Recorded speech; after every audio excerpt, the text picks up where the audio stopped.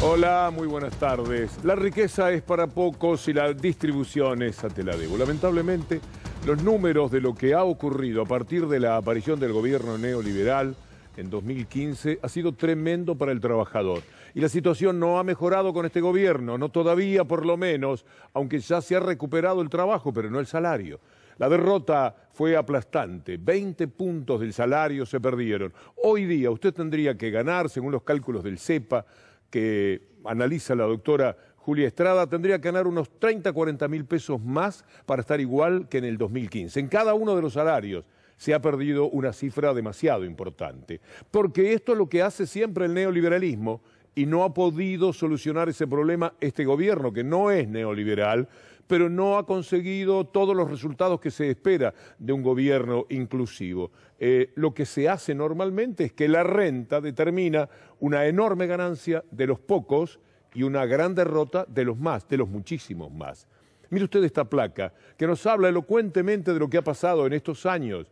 Es muy duro confrontar con la realidad histórica. 41% de participación de los trabajadores en el PBI en el segundo trimestre del 2022. Usted se acuerda que con Cristina Fernández estuvo en el 51.8%. ¿Qué pasó? El 49% fue a parar al bolsillo de los empresarios. 49% la participación de las empresas. 20% creció el trabajo no registrado y 3.5% solamente creció el trabajo registrado. Estas son las cosas que marcan claramente cuál es la pelea. Todos los días estamos discutiendo por lo mismo, que el gobierno este, que el otro, y usted se maneja por la química, por la empatía que le puedan provocar ciertos candidatos y ciertas personas. Pero ¿por qué lucha cada uno de ellos? ¿Qué se puede esperar en caso de que obtengan la victoria electoral, la democrática? ¿Para dónde va uno? ¿Para dónde va el otro? ¿Para dónde irá necesariamente un gobierno neoliberal? Para los pocos. Pero está en su naturaleza. Es una cosa inevitable. Para eso vive. ¿Y para dónde iría un gobierno que se pretende inclusivo, aun con sus errores, aunque no le salga bien? ¿Pero para dónde quiere ir? Y para el lado de darle a la gente un poco más de calidad de vida y todos los etcéteras que de esto derivan. Mire lo que nos dice la doctora Julia Estrada al respecto. En la base de trabajadores registrados, tanto del sector público como del sector privado, estamos hablando de 7 millones de trabajadores y ese es el universo para empezar a ver cuántos de esos pagan ganancias. No te quiero ni hablar de los no registrados, una cifra en torno a 3 millones que también están afuera del impuesto. Ahora, de los 7 millones de trabajadores registrados, solamente hoy 1.019.000 estarían cubiertos por ganancias, que son los que tienen un salario mayor a 280.000 pesos brutos. Ese 1.019.000 trabajadores representa, sobre los registrados, el 14,4%.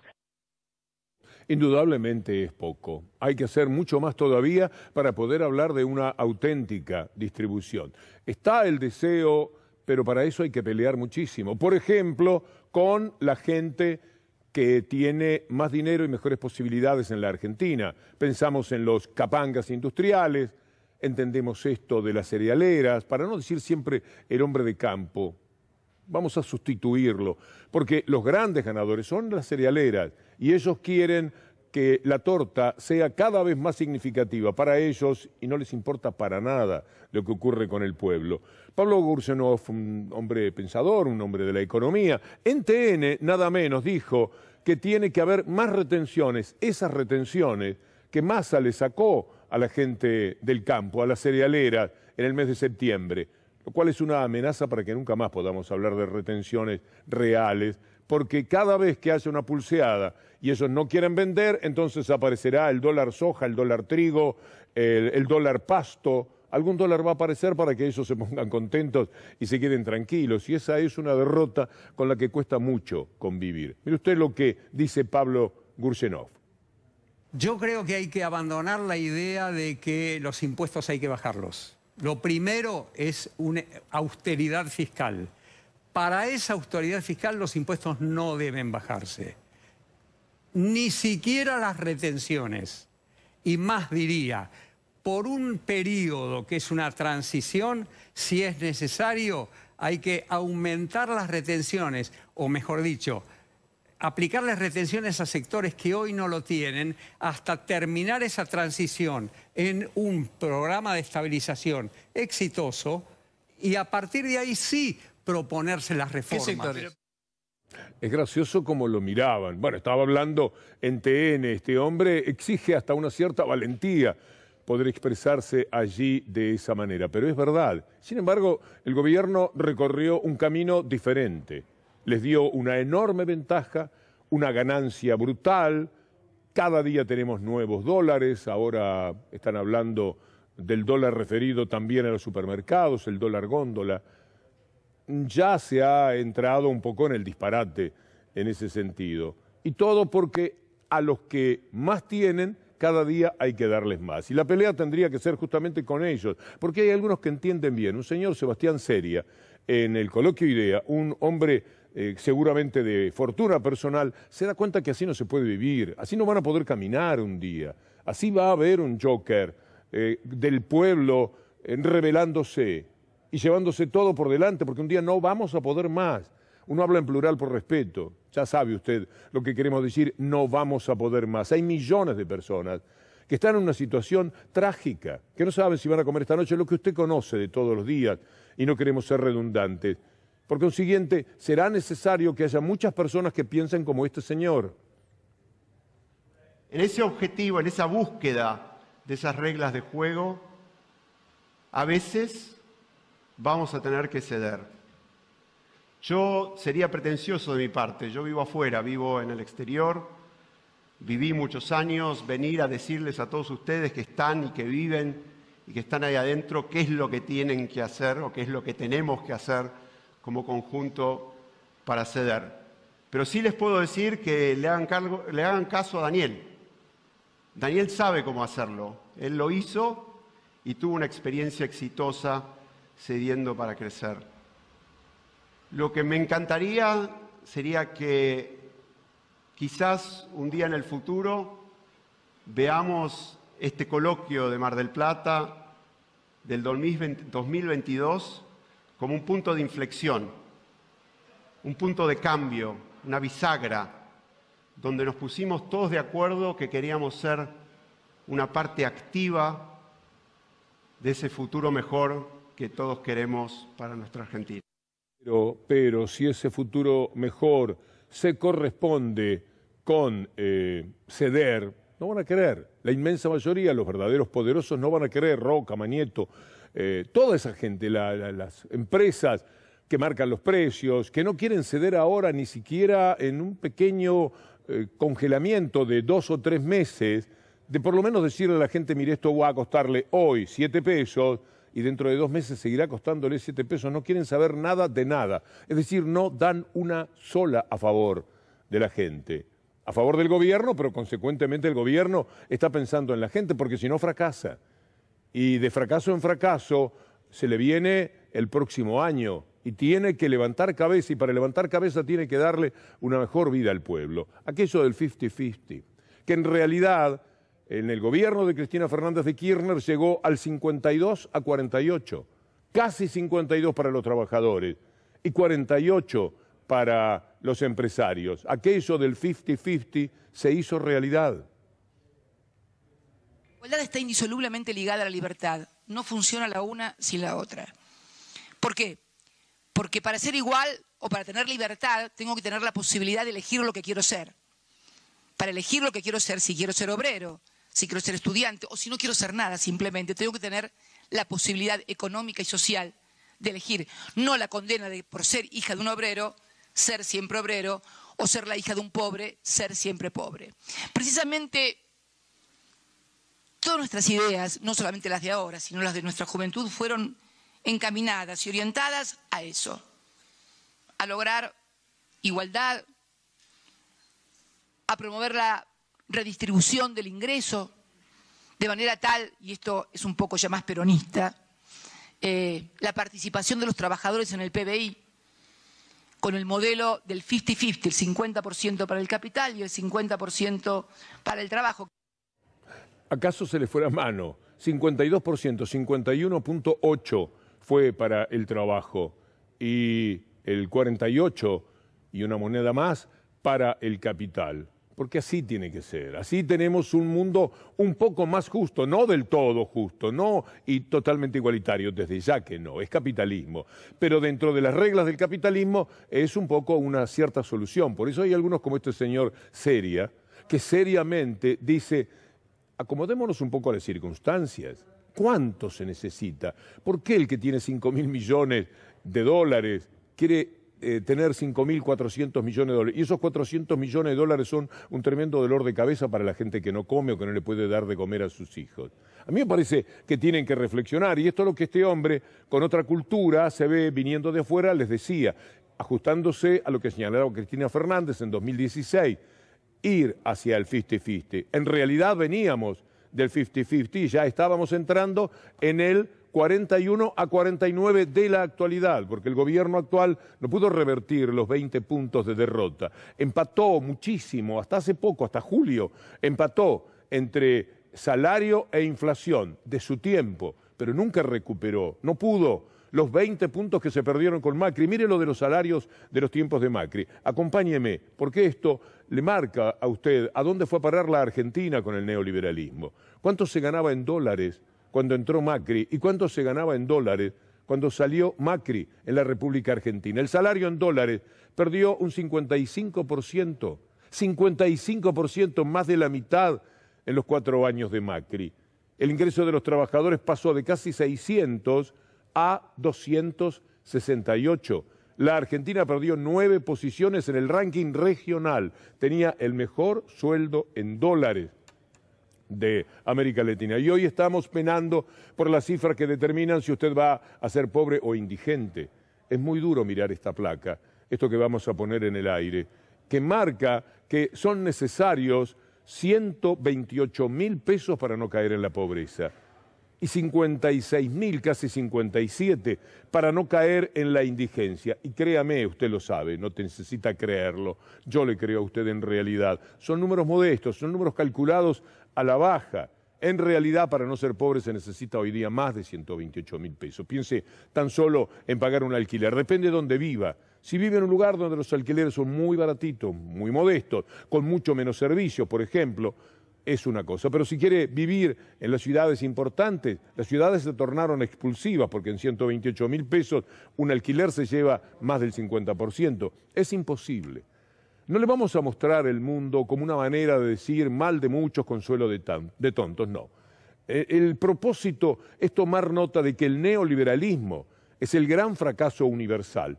Contra lo que hablamos no es contra los gobiernos que vamos a mencionar, ni contra esos países, ni siquiera pretende ser a favor de la Argentina, porque no va a solucionar su vida el hecho de saber lo que está pasando en el Reino Unido o en Francia o en los Estados Unidos con la inflación. Usted tiene su problema hoy, quiere saber cómo va a amanecer mañana y se entiende perfectamente. Pero también es necesario, como ahora el año que viene vamos a tener una discusión entre distintos modelos económicos, que se sepa qué es neoliberalismo, que se entienda de una vez por todas, además de todas las rémoras que en lo humano tiene el neoliberalismo, está lo que logra poco a poco en todo el mundo. Mira el Reino Unido, vamos a hacer una recorrida.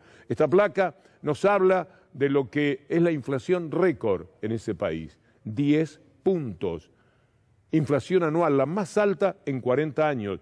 Yo no sé si usted alcanza a dimensionar, entrenados como estamos en la Argentina, para cifras muchísimo más altas, a comprender lo que significa el 10% de inflación en los países europeos o en los Estados Unidos. Es inimaginable para ellos. Es una auténtica debacle. Por eso, como le mostrábamos ayer, andan en la calle permanentemente en todas las ciudades, queman las boletas de luz, apagan las luces de los comercios, pegan un salto y dejan sin luz a toda la cuadra porque no puede ser que los traten tan pero tan mal desde la situación económica que les toca atravesar. Mire ese neoliberalismo, fracaso universal, lo que genera hoy día con los chicos. En el Reino Unido, casi 2 millones de niños tienen mucho menos calidad en las comidas. Algo que se da en la ciudad más rica de la República Argentina. En Buenos Aires la comida es una vergüenza, ya hemos hablado de las viandas, de las luchas de los muchachos tratando de hacer entender a un gobierno neoliberal que así no se puede vivir, así no se merece comer. crisis del costo de vida. Casi 2 millones de niños se enfrentan comidas escolares de peor calidad a medida que aumentan los costos de los alimentos. Esto es en el Reino Unido. Y por supuesto, mire las protestas que toda esta situación está generando. Acompañémoslos, porque estas marchas se dan en todo el mundo todos los días. Permanentemente nosotros le mostramos, para no cansarlo, poco a poco lo que va ocurriendo. Pero si usted toma nota de lo que hemos presentado con el equipo de producción durante toda la semana, verá que el mundo está exaltando permanentemente las dificultades que tiene. Las está mostrando, las está exhibiendo. Estas son las protestas en el Reino Unido por lo que cuesta la luz, por los recortes que se están dando en ese sentido. Mire, vamos a escuchar un testimonio para comprenderlos un poco mejor y para que usted tome nota de qué está pasando con el neoliberalismo en todo el mundo. Energy price cap rise, which has risen to over £3,500, is intolerable for working people, for people in poverty, for people out of work in Britain right now. I'm here because our parliamentary political parties have failed us, continue to fail us. Whether Labour or Conservative, they offer no solution to the people already in poverty and in worse situations, and to the people who will be put into poverty. Ayer tomábamos a Francia, hoy al Reino Unido. Vale la pena ver las protestas por el tema de los cortes de luz, la quema de boletas. Esto están haciendo. Acá quemaban barbijos las ultraderechas lamentables y penosas, que es toda la derecha prácticamente hoy día en la Argentina. Allá tienen que quemar las boletas de luz. Este es un acto simbólico, pero al mismo tiempo un mecanismo de defensa, no pueden más. ¿Y sabe lo que ha ocurrido? La nueva ministra, Natal Liz Truss, que pretende ser una nueva Margaret Thatcher, mire qué lamentable este retorno del mundo a semejante personaje, está pagándolo en lo político, porque esto es lo económico, derivación lo político. Perdió otro ministro, Liz Truss, que va a caer muy pronto si las cosas siguen de esta manera. Ahora tiene la renuncia de Suella Braverman, que es parte de esa movida de la agitación política que rodea a la primera ministra Liz Truss. Se tuvo que ir acorralada por las críticas de su propio partido, porque así no se puede vivir. También los propios partidos desde adentro tienen que resistir, aunque sean gobierno. Ha sucedido en la Argentina. Enhorabuena. Si no, nunca hubiéramos tenido una protesta creíble, porque la protesta de la oposición ya se sabe lo que es, en cualquier país. Lo importante es la protesta desde adentro, la de Bernie Sanders, por ejemplo, en los Estados Unidos, diciendo al presidente Biden y a quien corresponda cuál es la situación por la que está atravesando el país en el fenomenal neoliberalismo que practican hoy día, acercándose siempre más a las prácticas de la derecha, porque aunque el poder lo tengan los demócratas, son los republicanos, los pro-republicanos de los Estados Unidos los que tienen el poder real. Look, I think there are some extreme right-wing voters who are racists, who are sexist, who are homophobes, xenophobes. No, and I don't think you're going to ever get them. But I also think there are millions of people in this country, working class people, who look at Washington and they say, you know what? I'm falling further and further behind. I can't afford health care. I can't afford to send my kids to college. I can't afford the outrageous cost of prescription drugs. Who is listening to me? And I think what we need is a Democratic Party that has the guts to stand up to them and say, yeah, we're going to take on the greed of the insurance companies and the drug companies and Wall Street. And I think if we do that, some of those people, I'm not saying all, will say, you know what, I'm going to stand with the Democratic. Este hombre se mantiene a la izquierda.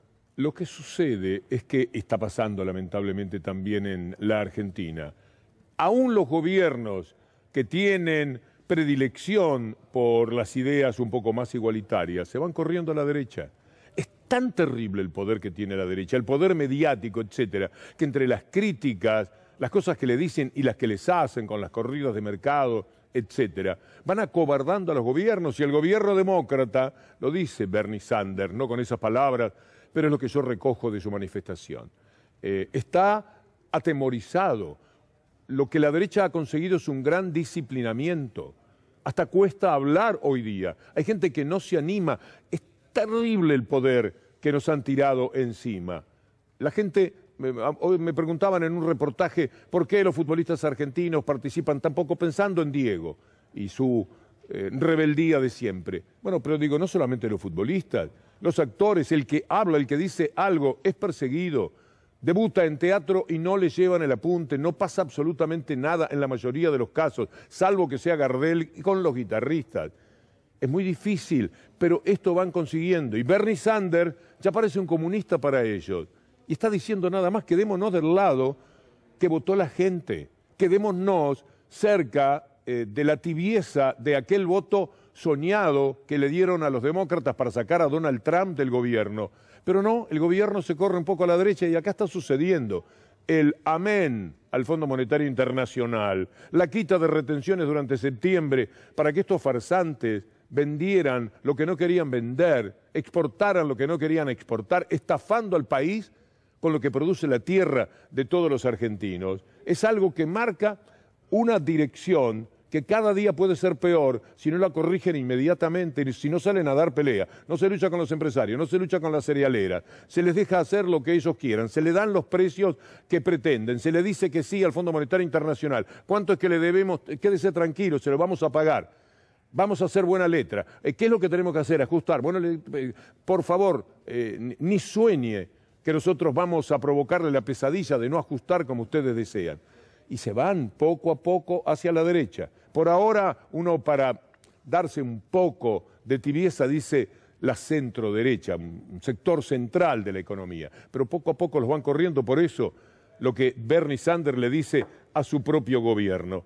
La inflación galopante que tienen los Estados Unidos va a jugar un papel muy importante ahora el 8 de noviembre. Son las elecciones de medio término en ese país. La inflación y el resto de los temas económicos de un gobierno que no puede hacer lo que quiere, porque Biden está trabadísimo en el Congreso, de la misma manera que aquí traban todo lo que el gobierno de Alberto Fernández quiere hacer, porque también contra eso hay que luchar. Y se suman los medios de comunicación. No tanto en Estados Unidos, donde hay mucho más matices, pero sí en la Argentina, donde no tenemos matices, sino un 95% totalmente corrido a la forma insana de mirar el mundo tan solo para ellos, sin pensar en el resto de la población, que es nada menos que la gran mayoría.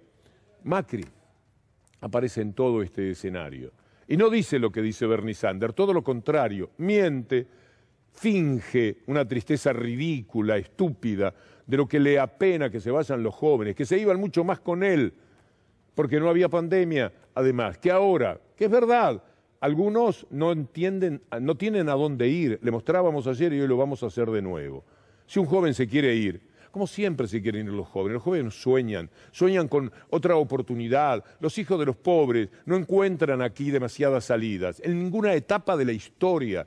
Y siempre hay un sueño de que a lo mejor, probando suerte por ahí, haciendo trabajos que aquí no se animan a hacer porque les resultan un tanto humillantes en las familias de clase media, por ejemplo, por ahí pueden levantar cabeza. Pero ahora, ¿dónde van a ir? Si el mundo es un verdadero desastre. Saltan para pagar la luz en París, queman las boletas en Italia, queman las boletas en Gran Bretaña. Y eso nos está dando una demostración fehaciente de cómo está el mundo. Pero este hombre se permite hablar de la tristeza que le provoca los jóvenes que se van. Hay una sola cosa que me tiene muy mal, muy mal, muy mal. Muy mal, que no me puedo recuperar, que es el éxodo de los jóvenes. Eso me está matando, me está liquidando. Lo que me pasó, ahora que fui a enseñar a 5 universidades distintas y recorrí muchas veces, la cantidad de jóvenes argentinos que me decían: Mauricio, nos fuimos, ojalá vuelvan. Los que se iban eran los narcos, estaban en retirada. Los jóvenes no se iban entre el 15 y el 19. Hoy se van los jóvenes y los narcos están de fiesta. En el fondo está tan mal, dice tales disparates, que también invita a un poco de risa.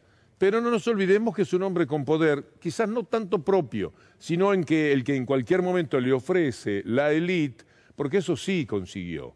Del 49, del 50,52 casi en la renta de lo que le correspondía al trabajador, ya la llevaron al 41, y él fue el que la puso en 42, 43. Este gobierno perdió también algún punto. pero la mayoría los cedió él. Así que no tanta risa con la imbecilidad con la que se pueden decir determinado tipo de cosas por ciertos políticos. Mire Ritondo, poniéndose a tono con todo esto. Ritondo dice, mire esto, la directora nacional de Migraciones dice que es falso que haya un éxodo masivo de jóvenes. Yo nunca vi tantos chicos yéndose o averiguando para irse. ¿Cuántos casos conocen ustedes? O sea que recurre a su idea por si conoce a un vecino cuyo hijo se fue. Los números son los que mandan. Los pueden ir a consultar, pueden ir a donde Florencia Cariñano les aclara esto que vamos a compartir con ustedes. Lo desempolvan cada 2 o 3 meses, vuelven con que la salida para los jóvenes es Ezeiza. Y la verdad que los números no lo ayudan. Entonces lo que nosotros salimos a explicar, porque no queremos que se instalen este tipo de mentiras, es que Macri miente una vez más. Es una mentira, los números nos respaldan y nos pusimos a buscar en la base de migraciones. Y como en su gestión no había estadísticas, lo que hicimos fue tomar jóvenes de 18 a 40 años que se van durante un año y no volvieron, para poder comparar con nuestra gestión. Nosotros buscamos ese promedio y ese promedio nos da que migraron 50 argentinos de 18 a 40 años por día promedio durante la gestión de Cambiemos. En la gestión del Frente de Todos tenemos que tomar 2020-2021, porque recordemos que estamos tomando año completo, que se fueron durante un año y no volvieron. Nos da 18 personas por día promedio. El 2021 nos encontramos con que los argentinos entre 18 y 40 años declararon que había, como motivo salida, 16 argentinos en esa edad por día. Entonces, eso está muy lejos de los 50 que salían durante la gestión de Macri y está muy lejos de ser un éxodo. Que aceptar es que siempre se van a ir una cantidad aproximada de este tipo. Siempre van a intentar. Los números que corresponden a este gobierno tampoco son números en los que uno pueda creer plenamente, porque durante la pandemia no solo no se podían ir a vivir a otro lado, sino que no podían ir, no podían pisar. Entonces los números del 20 y del 21 tampoco sirven. Es decir, es una pena tenerle que responder a la sandez que dice este personaje. Es ridículo lo que propone y quizás es necesario responderle por lo menos para que no quede en el criterio de la mayoría que los jóvenes argentinos se van ahora y no se iban antes, se van siempre y la medida es esta. Irse se iban en el 2000, cuando veíamos aquellas colas impresionantes en las embajadas, usted se acuerda, daban 4 vueltas, la embajada de Italia, la embajada de España, etcétera. Se iban porque ahí sí que ya no se podía aguantar más el tiempo de ese neoliberalismo exacerbado que llevó adelante Domingo Cavallo con Menem y que hundió al país, que dejó 2 millones y pico de personas sin trabajo. Entonces ya la desesperación, y el mundo lo recibía de otra forma. ¿Cómo estaba España? Creciendo en aquel momento. ¿Cómo estaba Francia? ¿Cómo estaba Italia? Uno tenía dónde ir, ahora no hay dónde ir. Mire, le voy a mostrar, para recordar nada más cómo están las cosas, lo que sucede en Francia. Andá, pibe, podría decirle uno a un joven amigo que dice, no, yo estoy pensando en irme, pero ¿a dónde vas a ir? Este es el principal país de Europa junto con Alemania. Este es el país más poderoso, más rico, esto lo tienen absolutamente todo, además de la historia. Mirá cómo están. Y esto es de todos los días, ¿eh? Esto es algo que le duele a Francia como a todos los países de Europa. Esto es Estados Unidos. Te muestro un poco de San Francisco. Mira, acá vamos con algo que tuiteó Susan Sarandon, que se lo mostramos ayer. Pero me parece que hoy valía la pena insistir, porque es una imagen atroz, tremenda, terrible, inimaginable, impensable, para mucha gente que tiene la fantasía de que afuera están, pero extraordinario. Andate que ya está, arreglaste tu vida yéndote a pelar papas. En todo caso, se va a ir la mayoría de la gente. Se hace muy difícil. En Europa, en los Estados Unidos, no estamos mostrando nuestra América Latina que siempre está postergada, no estamos mostrando África ni algunos lugares de Oriente, no, estamos en los países que más se han desarrollado y mire la crisis que están viviendo, porque el neoliberalismo ha marcado algo terminal para esos países. Cuando cayó el muro, dijeron, bueno, ¿se acuerda lo del fin de la historia, lo de Fukuyama? Porque dijeron, ya está, la discusión la ganó el neoliberalismo, madre mía. ¿Para qué? Para que estemos muriéndonos cada 4 segundos una persona de hambre en el mundo. El neoliberalismo, el capitalismo, supuestamente vencedor por la implosión que hizo el comunismo, impidió que hubiese países que estuvieran a mitad de camino. Europa, la Europa central, la Europa de Francia, de Alemania, etcétera, construyeron lo que llamamos el estado de bienestar. Eso que hubo en la Argentina, y no se lo quieren reconocer, pero es así, los números lo dicen claramente, hasta el 2015. El estado de bienestar con salud, con educación, con dinero en el bolsillo del trabajador, con vacaciones, con viajes, con reconocimiento. Ese es el estado de bienestar finalmente. ¿Y por qué era posible? Porque se tenían que colocar a mitad de camino. En un mundo que veía el comunismo y su reparto, el capitalismo y su concentración. Pues hagamos un capitalismo que no sea tan salvaje como el que pretende Estados Unidos, por ejemplo. Y tampoco vamos a caer en el socialismo porque no creemos en eso que pretendían en la Unión Soviética. Y teníamos países que al mismo tiempo eran ejemplares, socialdemócratas, que trataban de encontrarle una respuesta un poco más equilibrada al mundo. Hoy todo esto, con el triunfo brutal del capitalismo, supuestamente sobre el comunismo, tenemos razón, se golpearon el pecho y empezaron, como en el casino, a arrasar con todas las fichas. Lamentablemente en el casino son fichas, pero en la vida son alimentos, en la vida es ropa, en la vida son los pequeños sueños del trabajador que no se pueden cumplir de ninguna manera, no hay forma, ni en la Argentina, ni en Francia, ni en ningún lugar, como para que venga un papanatas a decir: estoy muy triste, estoy compungido, estoy llorando porque se van los jóvenes, voy a Ezeiza a mirar cómo se van y les hago adiós con la mano. Qué pavada, qué tontería es esa. En medio de toda esta crisis que hay que sobrellevar tenemos semejante pavote para que diga estas tonterías que en la derecha, que necesita creer en esas cosas, tiene su influencia. Cualquier pavada o mentira que se diga, pero que está de acuerdo con lo que uno piensa, a veces prospera. Y lo consiguen porque además tienen a todos los medios de comunicación de la derecha a su favor. No por tontos, sino por demasiado vivos. Se le va la mano en la viveza que tienen.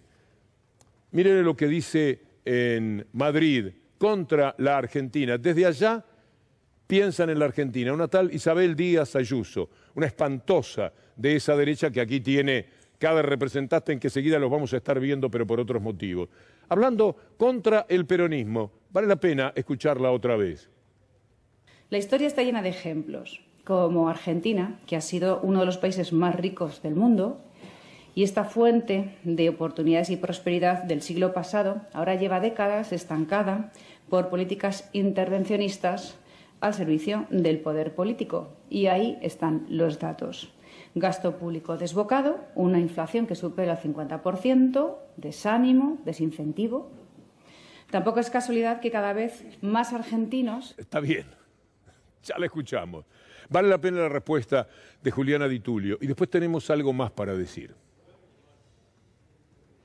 Caso la Argentina. Se la agarra siempre con el peronismo porque es una ignorancia. Entiendo que es difícil de entender el peronismo. Siempre fue difícil. Lo que me molesta es que la verdad que lo que se mete es en cuestiones internas de un país. No le corresponde a la señora, no es quien para inmiscuirse en temas de la política argentina. O sea, no lo debe hacer. Es que... lo que se miente en Europa, por un periodismo que, por otra parte, en líneas generales, aunque tiene mucho más matices que en la Argentina, se corresponde con los bancos, con las aseguradoras, con los sectores de poder.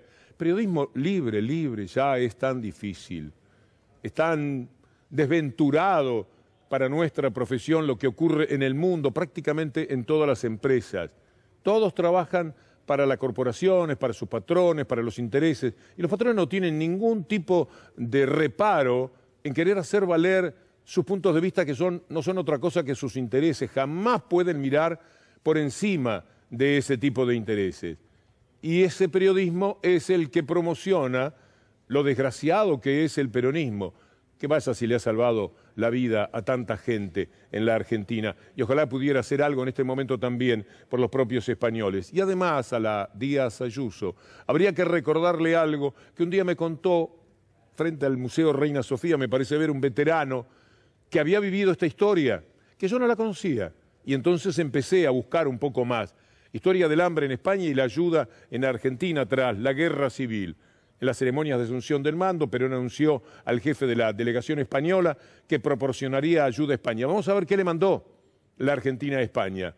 400.000 toneladas de trigo en 1947, otras 300.000 para 1948. Y ese español divino, un aragonés, si mal no recuerdo, recordaba muy bien la carne que comió y el pan que pudo comer gracias a la Argentina. Habría que decirle a Isabel Díaz Ayuso que eso sucedió también en las relaciones entre Argentina y España. No solamente venían los queridos españoles desde España a la Argentina, como ahora de vez en cuando hay alguna ola de argentinos que pueda ir a Europa y en forma especial en España. Además, había una ayuda practicada de esta manera. Ojalá que estos números le lleguen y que los tenga en cuenta. Argentina Show. Estamos dentro de un show muy especial. La idea de nuestro equipo de producción es que estamos como dentro de Truman Show, ¿se acuerda? Es decir, una ficción que presentan como una realidad. Vamos a recordar un poquito de la película para que usted evoque de qué queremos hablar. Muy buena, por cierto, una de las grandes películas. Bueno, en la Argentina estamos en la Argentina Show, no de Truman, sino la Argentina Show. Todo el tiempo. Quiero volver a lo del avión, quiero volver al ridículo del Truman Show que nos entregaron para hablar de algo que ahora ocultaron. Ni mencionan que se fueron todos los tripulantes, porque no había nada contra ellos. Y mire que los marcamos acá desde el primer día, porque era evidente. Habían venido a traer una cosa del Volkswagen, pasaban por acá y se iban. Lo que le hicieron a la gente del avión. Usted sabe, la Argentina, pobrecita, no podía echarle nafta al avión, o como se llama el combustible de los aviones, a ese avión iraní-venezolano, porque no le permite Estados Unidos. Ustedes no le pueden poner nafta. ¿Cómo que no pueden? No pueden. Y la Argentina lo aceptaba. Y no le ponía combustible. Entonces dijeron, bueno, nos vamos a Uruguay. Uruguay, ¿podemos ir a poner combustible? Bueno, vengan. Llamó a alguna de las embajadas en cuestión, la de Israel o la de Estados Unidos. Alguien llamó al gobierno uruguayo y cuando estaban por aterrizar, no pueden aterrizar, se tienen que volver. Les quedaba el combustible como para encender un cigarro, no más que eso. Y se tuvieron que volver, jugaron con la vida de esas personas. Todo esto pasó en medio del ridículo de Truman Show que aquí se armó. Y ya pasaron 10 días desde que el avión vino a la Argentina. No puede ser que el gobierno no nos pueda decir quiénes son sus tripulantes, para qué vinieron, cómo fue el proceso de controles, o cómo fue el proceso donde no se controló, y qué vínculo tienen con organizaciones terroristas. Y un ministro de Seguridad que ha dejado pasar un avión que está en todas las listas de interdicción por ser un avión usado por el terrorismo para el transporte. Un avión usado por el terrorismo para el transporte. Es que Nisman tenía razón. Nisman tenía razón. Le decía, se acaba de firmar el memorándum con Irán. Y Khalil Yusuf le decía, es algo en lo que venimos trabajando hace 7 años. Claro. Y ahora vemos que no han dejado de trabajar nunca y que esta triangulación, estas relaciones carnales están más vigentes que nunca, lamentablemente, y para peligro de los argentinos. Esta triangulación, estas relaciones carnales están más vigentes que nunca, lamentablemente, y para peligro de los argentinos. Yo creo que eso debería ser materia de investigación. Yo creo que este evento reivindica la memoria del fiscal asesinado Nisman, ¿no? Yo creo que este evento reivindica la memoria del fiscal asesinado Nisman, ¿no? Yo creo que podemos decir Nisman tenía razón. Nisman tenía razón, porque lo que se ve acá es una triangulación y una coordinación entre el gobierno de Irán, el gobierno de Venezuela y el gobierno argentino. Aquí ha sido detenida la aeronave venezolana e iraní. Aquí esa aeronave no puede salir de la Argentina porque tiene observaciones de las leyes y el Estado de los Estados Unidos. Hay irregularidades en el manejo de las autoridades de la PCA, de Migraciones y de la ANAC. También dicen que había más gente de la que entró, o sea, no había 19, había 24, o sea que hay 5 missing persons, no sé dónde están, y que había chips con tecnología nuclear. Bueno, algo más, los medios también tenían mucha presencia sobre el tema del avión. ¿Tenemos más de Truman Show? Sí, vamos. Las alarmas iraníes aquí en la República Argentina, cuando suenan las alarmas iraníes aquí en la República Argentina, te hacen acordar a tres cosas, ¿no?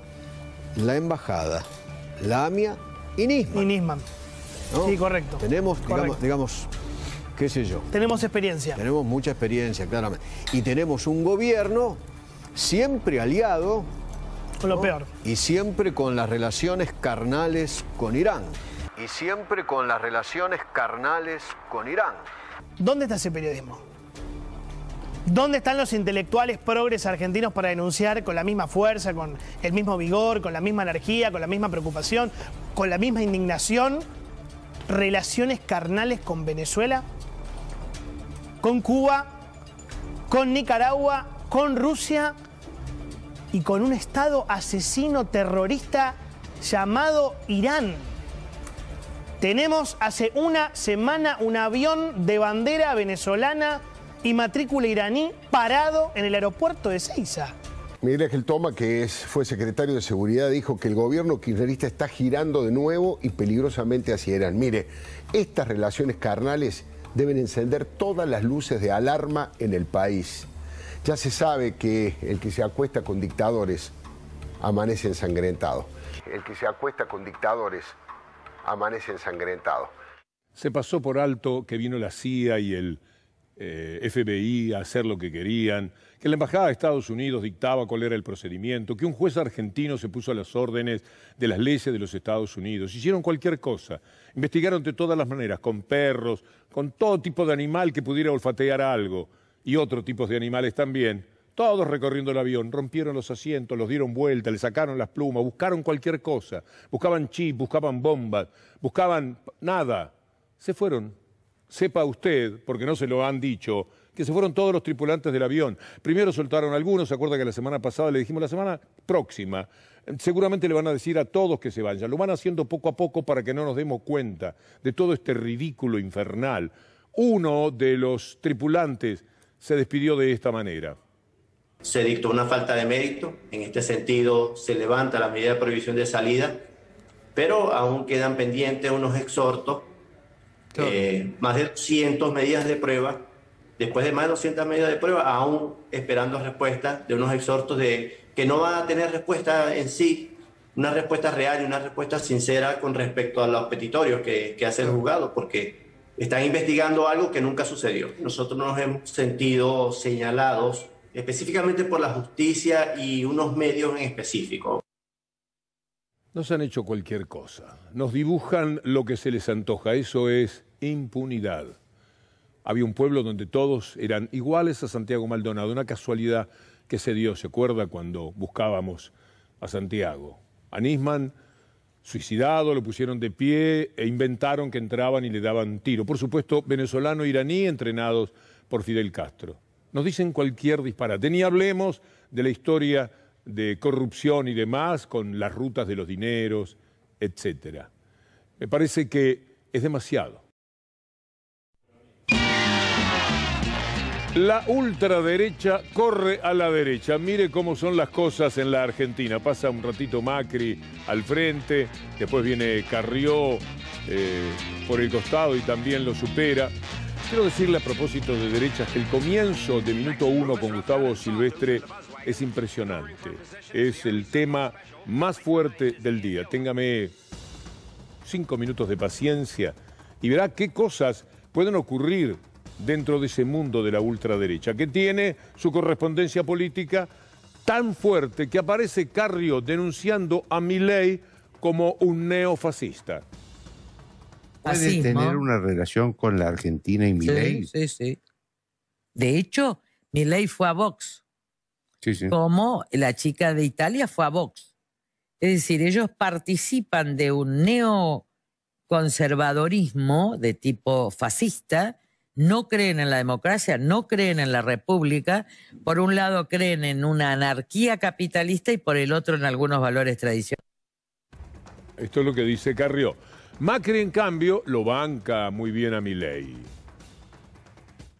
Bueno, ya dicho, ¿no? Creo que las ideas de la libertad son ideas muy potentes. Y el debate de esas ideas ha enriquecido el futuro de la Argentina.